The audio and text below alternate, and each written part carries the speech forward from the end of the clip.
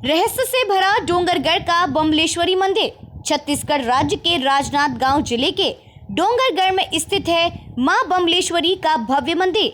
राज्य की सबसे ऊंची चोटी पर विराजमान डोंगरगढ़ की मां बमलेश्वरी का इतिहास काफी पुराना है। वैसे तो साल भर यहाँ भक्तों का रेला लगा रहता है, लेकिन लगभग 2000 साल पहले और कामकंदला की प्रेम कहानी से महकने वाली इस कामाख्या नगरी में नवरात्रि के दौरान अलग ही दृश्य होता है। डोंगरगढ़ में जमीन से करीब 2000 फीट की ऊंचाई पर विराजित है मां बमलेश्वरी। मां की एक झलक पाने के लिए दूर दूर से भक्तों का जत्था माता के इस धाम में पहुंचता है। कोई रोपवे का सहारा लेकर तो कोई पैदल ही चलकर माता की इस धाम में अपनी आस्था के फूल चढ़ाने पहुंचता है। मंदिर में प्रवेश करते ही सिंदूरी रंग में सजी मां बमलेश्वरी का भव्य रूप बरबसी भक्तों को अपनी ओर खींच लेता है। साल के 2 नवरात्रों चैत्र और शारदीय नवरात्रों में तो यहाँ की छटा देखते ही बनती है।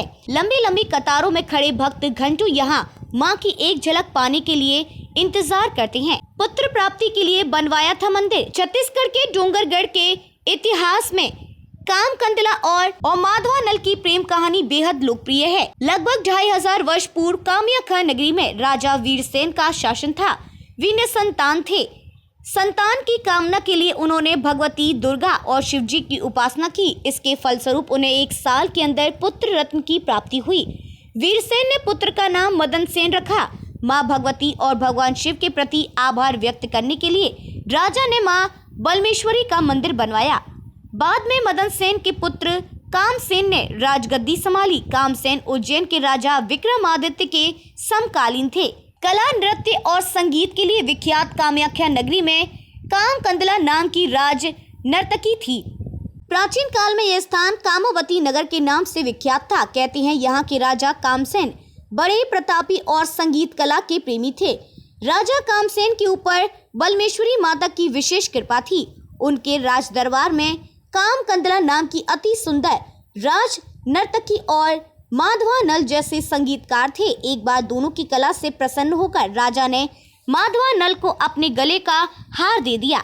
माधवा नल ने इसका श्रेय कामकंदला को देते हुए वह हार उसको पहना दिया। इससे राजा ने अपने को अपमानित महसूस किया और गुस्से में आकर माधवा नल को राज्य से बाहर निकाल दिया। इसके बावजूद कामकंदला और माधवा नल छिप छिप कर मिलते रहे। एक बार माधवा नल उज्जैन के राजा विक्रमादित्य की शरण में गए और उनका मन जीत कर उनसे पुरस्कार स्वरूप कामकंदला को राजा कामसेन से मुक्त कराने की बात कही। राजा विक्रमादित्य ने दोनों के प्रेम की परीक्षा ली और दोनों को खरा पाकर कामकंदला की मुक्ति के लिए पहले राजा कामसेन के पास संदेश भिजवाया। राजा के इनकार करने पर दोनों के बीच युद्ध छिड़ गया। दोनों वीर योद्धा थे और एक महाकाल का भक्त था तो दूसरा बिमला माता का। दोनों ने अपने अपने इष्ट देव का आह्वान किया तो एक ओर से महाकाल और दूसरी ओर भगवती बिमला मां अपने अपने भक्तों की सहायता करने पहुंचे। युद्ध के दुष्परिणाम को देखते हुए महाकाल ने बिमला माता से राजा विक्रमादित्य को क्षमा करने की प्रार्थना की और कामकंदला और माधवा नल को मिलाकर वे दोनों अंतर ध्यान हो गए।